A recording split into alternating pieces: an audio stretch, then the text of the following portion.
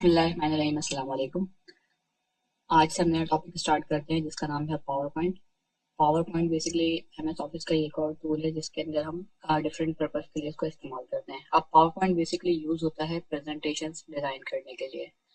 Presentation क्या होती है? प्रेजेंटेशन ये होता है कि किसी भी टॉपिक के बारे में, किसी भी चीज के बारे में उसको ब्रीफ करना या उसकी डिटेल बताना, वो बेसिकली प्रेजेंटेशन कहलाती है। अब ये किसी प्रोडक्ट के ऊपर हो सकती है, किसी चीज के ऊपर हो सकती है, किसी इंसान के ऊपर हो सकती है।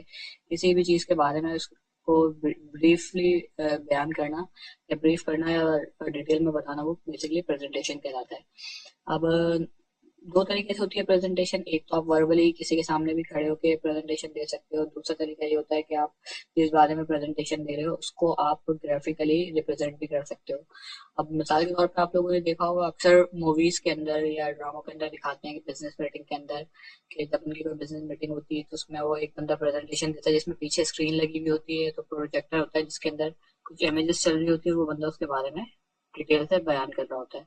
तो ये बेसिकली प्रेजेंटेशन कहलाती है। अब पावर पॉइंट से फायदा ये होता है कि जिस चीज के बारे में आप प्रेजेंटेशन दे रहे होते हो, साथ में आप उसको ग्राफिकली शो भी करवा रहे होते हैं, जिससे होता क्या है कि जो भी सामने लोग उस प्रेजेंटेशन को सुन रहे होते हैं या देख रहे होते हैं, उनको समझने में आसानी होती है। अब मिसाल के तौर पे आप इसको इस तरह समझें कि अगर कोई भी कंपनी, आप लोगों ने देखा होगा, फोन लॉन्च करती है तो उसमें क्या होता है कि वो पहले से आपको वीडियो या पिक्चर्स के अंदर उसकी प्रेजेंटेशन दे देती है कि वो फोन किस तरीके का होगा दिखने में। या आप इसको इस तरह समझे, फॉर एग्जांपल अगर आप किसी सेमिनार में बैठे हुए हैं, किसी कॉन्फ्रेंस में बैठे हुए हैं, किसी लॉन्चिंग में बैठे हुए हैं, अब वहां एक बंदा आपको बताता है कि हमारी कंपनी नेक्स्ट मोबाइल का ये मॉडल लॉन्च कर रही है, उसकी शेप जो है इतनी राउंड होगी, उसका कलर ब्लैक होगा और उसकी थिकनेस इतनी होगी, दिखने में ऐसा होगा, तो वो बताएगा तो आपको समझ में तो आएगा लेकिन क्लियर नहीं होगा। लेकिन अगर वही चीज वो बताने के साथ साथ आपको तस्वीर या वीडियो की शक्ल में दिखाए तो उससे क्या होगा कि आपको इजीली समझ में आएगा।